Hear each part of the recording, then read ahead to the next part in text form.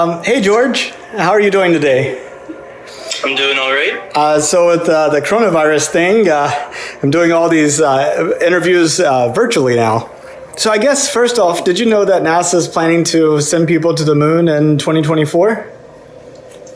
I was familiar with it, though I don't know very many of the details about it. I didn't even know nothing about that. That's interesting. Okay. Also that other countries are planning to send their people to the moon before NASA. I heard about it. Oh, really? Where from? Just from you. Oh, really?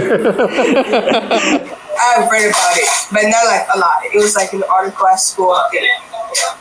I was not aware about this until you told me. Did not. Nope. Out of all the people I've interviewed, like 4 of them out of 100. You know, there's a whole bunch of asteroids that have hit the Earth over billions of years, but most of them have ended up in the ocean. A lot of them have burned up in the atmosphere, and we really don't understand like the nature of asteroids hitting the Earth. But these same asteroids have been hitting the moon too, but the moon doesn't have an atmosphere, it doesn't have weather. Although there will definitely be felt effects from it within 2024.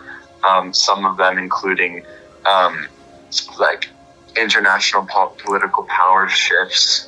One of them could be the power shift dynamic between the U.S. and China. Mm-hmm. So what do you think about it? A good thing, a waste of money? What's your thoughts? It's a very good thing because we are running low on the space on Earth, so it'll be good to have a space on the space on Moon, so we can go and live there. If it's just, I'm just gonna go to the moon and come back, visit, that's just like, but is it really worth it? Like, you can use that money for something else. I think space exploration is a really interesting area. Unfortunately, it's also a very expensive area, so it is hard to finance, especially for the government to finance it. And what do you think about that?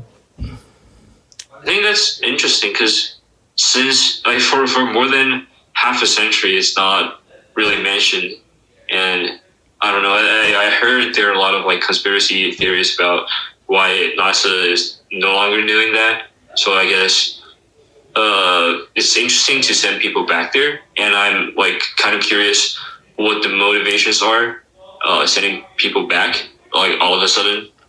I mean, I don't think it's a bad thing. I mean, it's good to, I guess, see what's out there and... Yeah. I don't know if it's necessarily something that we should be spending government funds on right now.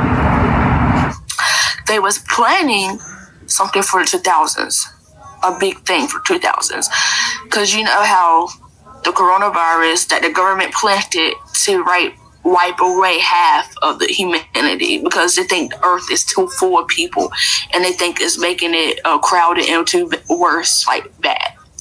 So their plan is, the agenda 2030 plan is to wipe, like they go force people at their homes and they building these camps and stuff basically. And they go put us in those camps where they go monitor us.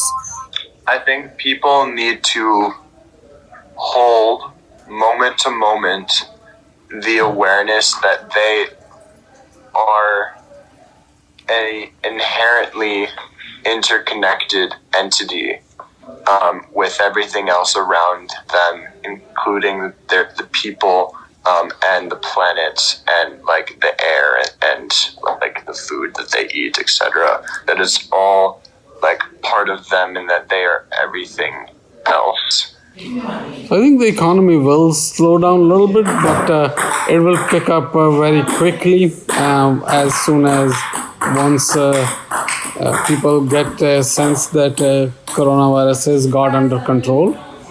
There are like certain elements that are needed for like electronic devices and medical equipment and things like that, but they only have been found in a few places on Earth, but they're actually from meteors and they're very expensive.